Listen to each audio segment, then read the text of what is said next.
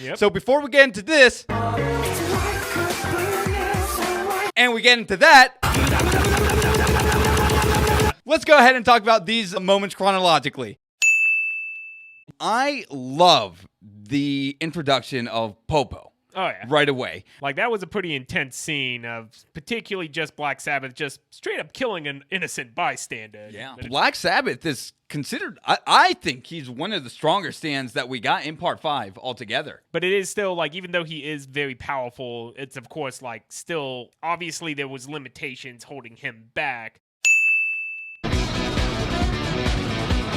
The introduction of the gang. So seeing Giorno and just getting our ragtag team, unlike part 3, here's our team of 5 people. And I think just seeing the introduction of Narancia, Fugo, Abaccio, and Mista, I think are just some of the best additions we got onto a JoJo ensemble cast, period. Oh, yeah. Particularly since they already have, like, chemistry amongst them with Giorno coming in as, like, the weird outlier for them. As opposed to in the previous ones where they would meet them either, like, one by one or they would be antagonists in some regard. Like, we got Jotaro and, like, pulling off, having to duke it out first. Yeah. Right away, we just know, okay, these people are a family, even if it is a dysfunctional family, right? And when we see, like, Fugo trying to teach Narancia math and he gets it wrong, he just stabs him with the fork in his mouth. But it's like one hand, it's like, dick move. On the other hand, it's nice that you take an interest in Narancia getting smart. With that, we see now more examples, or one of my favorite moments that you wanted to bring up to my attention was, I don't know how I forgot it, so how about you explain it to the guys watching? But it's referred to as the torture dance sequence. Yeah. Of them and Mario Zucchineri and his stand Soft Machine. And how they got this guy's head already detached, and they're just fucking with him right now. And I mean, it's brutal, like fish hook in the eyelid and like having a sun like pierce right into your eyeball, and meanwhile they're dancing up a storm along it. Yep. And hey, they're all about this dancing life too. It's also just like the psychedelic imagery. Like, this was at least a fun experimental scene to watch, and particularly just how it starts off with Narancia dancing, and then it's like his 2 older brothers decide to get in on it as well. Because it's like, they're perfectly in sync. They know what's the next move to do. So that's what just kind of made this a weird, oddly delightful scene to watch. This is probably my favorite moment in part 5, and this is just the battle between Metallica versus Doppio / the boss. I think what makes this part really fantastic is that we get that little introduction of King Crimson where he pretty much knocked out Bruno, right? And we're like, whoa, how can the gang defeat the boss, essentially? And it looked like the leader of the assassination squad here almost did it single-handedly. His stand is very OP, because just for the mere fact that, Magneto-style powers of manipulating metal, but going so far as to manipulate the iron in your blood. Yeah. And how, like, he was just doing shit like making razor blades appear in people's flesh, or like a pair of scissors in their throat. To top it off, he could also make himself invisible by shrouding himself in, like, metal dust, I believe it was. Yeah. And he was just using it to reflect the light off of him. And then if he gets injured, he can just reattach his body parts. I mean, that's pretty fucking OP right there. It is pretty OP. And, I mean, I like his design. Oh, yeah. I think his design's fantastic. I love that, like, yes, I believed immediately this is the leader of the assassination squad. He's a badass. I was rooting for him all the way versus King Crimson. I couldn't believe by the end of this conflict that he almost did it. Yeah. And that the boss actually admitted it himself. He's like, if it wasn't for Narancia, yeah, I would have been out. Yeah, because even like with powers of predicting the future, it's not going to help you if the guy can just turn your blood into steel bits and kill you with it. Like, again, like he didn't even need something like the arrow to take his stand to the next level. So this guy's resolve probably would have been like even stronger than that of like Giorno prior and all that. And if it wasn't for like just the boss having to think about like, well, if I can lose enough iron that you can't detect carbon monoxide, then little Bomber or Aerosmith won't be able to detect me up here. Then just, throw a red herring to get them to be like, oh, someone's up there trying to attack us. And this battle too is still one of the most visceral. When Dopio just like vomiting the nails coming out of his body. Right. I mean, I don't know if I would say it's my number one, but it's definitely top 3 for me. Oh yeah, for sure. And again, too, like just how this was like the most knockdown, drag out fight. It makes you wonder though, like if the Assassins group wasn't going after Trish from the get go, like, if they had met up with them after they decided to betray the boss, how much more of an easier time they probably would have had. Mm-hmm. It's like, if they all teamed up, they could have easily taken out the boss.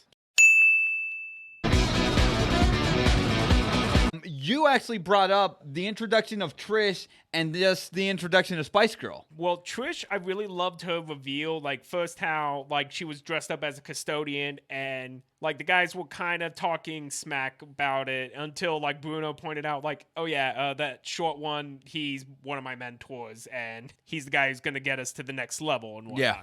But then also revealing of Trish, how she went from being this custodian that was talking back to them to then being like, oh yeah, this is the person you're also supposed to be putting down your life for. Mm-hmm. And then to top it off, how she goes to the bathroom, washes her hands, comes out and asks Fugo for his jacket. Yeah.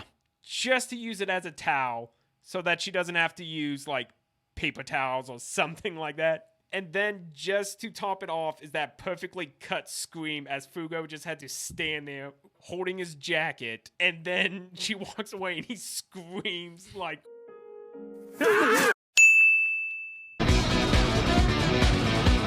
Naranja versus pretty much Squalo and Naranja's handicap 2-on-1 match, WWE style. Yeah. And man, there has never been a handicap more of a stand matchup than this one, at least in part 5. Yeah, like this one was very like entertaining and tense to watch. They have more of a pattern working together as is. I mean, it also helps that they're lovers, so, hey, whatever. Hey, pretty nice that they had some representation back in the 90s for this. Mm-hmm, I mean, they may be villains, but just that whole setup of like first messing with someone's mouth so that they can't directly say what's going on. Mm-hmm. Meanwhile, the other one is almost kind of like Jaws, the shark of like, it just can appear out of nowhere before you realize it, just popping up in any fluid and then attacking at a moment's notice. It can alter its size as well. Like, even if it was just a single drop of water, like how they showed, it could go from a simple glass, it could go from a bowl of soup, it could be a big puddle, and it also has the strength to still, like, drag people down with it. Mm-hmm. That's pretty frightening as it is. For me, the big point that really made it like a great scene was just how Naranja was willing to cut off his own tongue. Yeah. And the theme of Resolve is probably my most favorite part. Just the battles. No matter how epic these are, Naranja, when he was facing Maggiano, it's just like, okay, his stand ability is becoming small. And you would think that's a pathetic stand ability. And for the most part, I still think it is.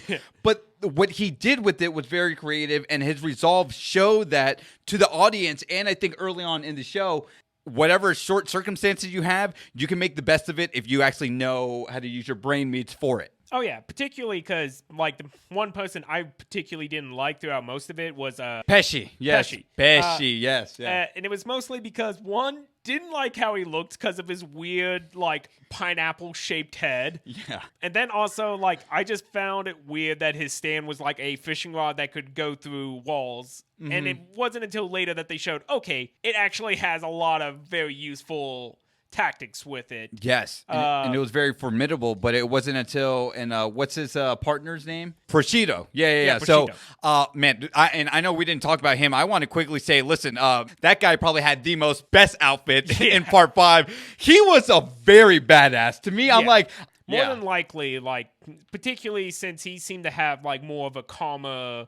like demeanor to him, like because Pachito and Paisi, like and Pesci, Pesci, yeah. how he was trying to mentor Pesci, like to get him. So Yes. there was at least that thing of like he could see potential in Pesci. He was like trying to teach him about that matter of resolve, and that's why after Pesci killed that one person, he finally understood like.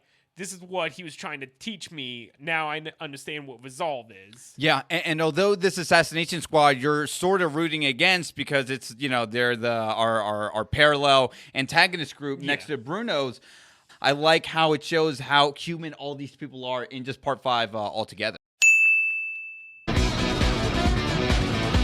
Is the 7-page Muda, and man, watching this scene play out just a few weeks ago. Oh my God. Absolutely stunning. I mean, the art is just jaw-dropping. The way it's played out, it just, again, kudos to David Production. This is just gorgeous. Yeah, it is fantastic. And it's really the main time we get to see Gerono and have his Dio moment. Like, not only just saying Muda, Muda, Muda over, but even throwing in that scream that his father would do so often. But guys, let me know what you thought was your favorite moments of JoJo Part 5. Was there something we left out? The body swap scene. We talked about that at length on how funny that was and how great that was with the acting. Oh my God. We have to talk about that. Oh my God. Okay. I think these actors just went above and beyond. And people, this is why I think for the most part, you have to watch a lot of anime in their subs. Watching it in dub does not do it justice. And it's funny I'm glad you really brought this up because I was looking into part 4 dub wise and I'm like, okay, there's some characters I like, but a lot of them I'm like, it's just so questionable. It just seems like they just don't know what the hell they're doing with it. Yeah, I mean, I tend to stay out of dubs versus sub wars. It's also just because you lose little things in the translations. Like, we don't get to hear Joseph Joestar and his horrible English translations. Yeah, yep. Or even, like, them doing the Muda, Muda, Muda scene. Like, of course. Because how would that be translated? I'm even scared to ask you, how is that going to be translated? Would they just say useless, useless, useless, useless? I'm just like, still, like, the actors in the Japanese cast, they did do a really good job. And I'm assuming, though, like, it might have also been, like, the directors handling this. Because, they have put a lot of thought and care into this. So they probably even had the foresight to direct them of, like, learn how you would present them as if you were this person. Yeah. And I think that's what made that whole soul swapping thing great. So guys, that was our best of moments. What were some of your favorite moments? Go ahead and hit the like button. Don't forget to subscribe.